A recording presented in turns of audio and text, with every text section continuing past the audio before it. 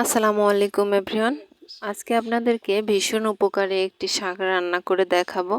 আশা করি শাকটি রান্না আপনারা অনেকেই জানেন, আবার অনেকেই জানেন না। তো এই শাকটি অনেকে গন্ধর জন্যও খান না।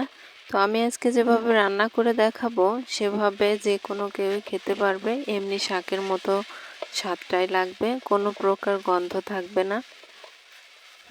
আমি নিজেও এভাবে রান্না করে খেয়েছি। তো এই পাতাগুলো আগে ডাল থেকে আলাদা করে নিতে হবে, আর ডালটা দেখে আপনারা চিনতে পারছেন যে এটা সজনে পাতা। তো এখন আমি এভাবে করে পাতাগুলো আলাদা করে নিচ্ছি। কেউই পাতার ঢালটা নেবেন না, কারণ ঢালটা নিলে সিদ্ধ হয় না, এমনি পাতাটাও তেমন ভালোভাবে সিদ্ধ হতে চায় না।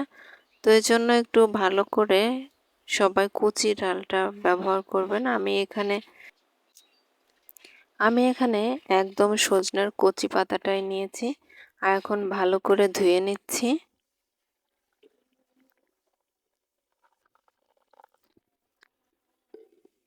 দু থেকে তিন ধোয়া দিলেই এটা এনাফ, বেশি একটা ধোয়ার প্রয়োজন হয় না, কারণ পাতাগুলোতে ময়লাটা খুব কম আটে।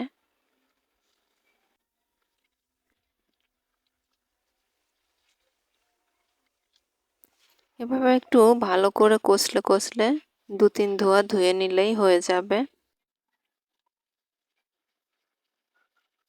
দেখুন আমার পাতাগুলো ধুয়ে নেওয়া হয়ে গেছে। এখন একটা কড়াইয়ে এটা উঠিয়ে নিচ্ছি।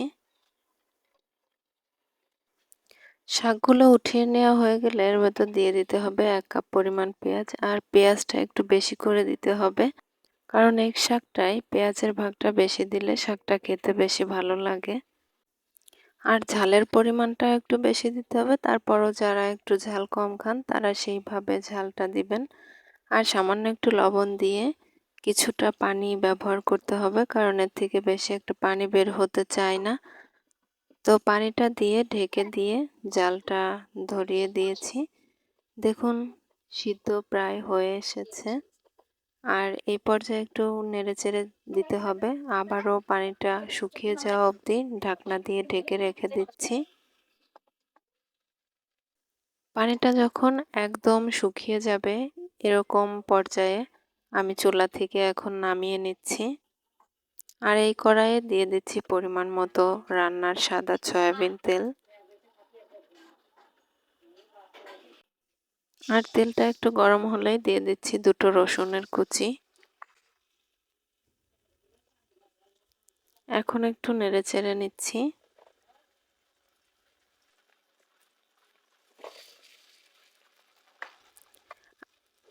আর কিছু সময় নাড়াচাড়া হয়ে গেলে এই পর্যায়ে সামান্য জিরার ফোড়ন দিয়ে দিচ্ছি। এখন আবারও কিছু সময় নেড়েচেড়ে নেব, যতক্ষণ না অবধি রসুনের কালারটা একটু বাদামি হয়ে আসছে।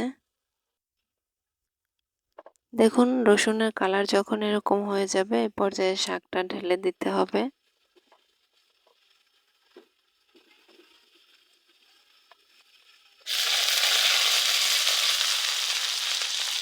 আর এই পর্যায়েও কিছু সময় ভালো করে নেড়েচেড়ে নিলেই তৈরি হয়ে যাবে আমাদের সজনে পাতার এই শাক রেসিপিটি। আশা করি আপনাদের খুবই পছন্দ হয়েছে। আর এরকম ভিটামিনযুক্ত উপকারী জাতীয় সকল রান্নার রেসিপি দেখার জন্য আমার চ্যানেলটা সাবস্ক্রাইব করে রাখবেন।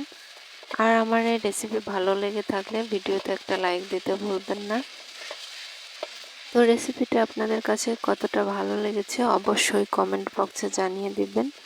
ভালো থাকবেন, সুস্থ থাকবেন। আল্লাহ হাফেজ।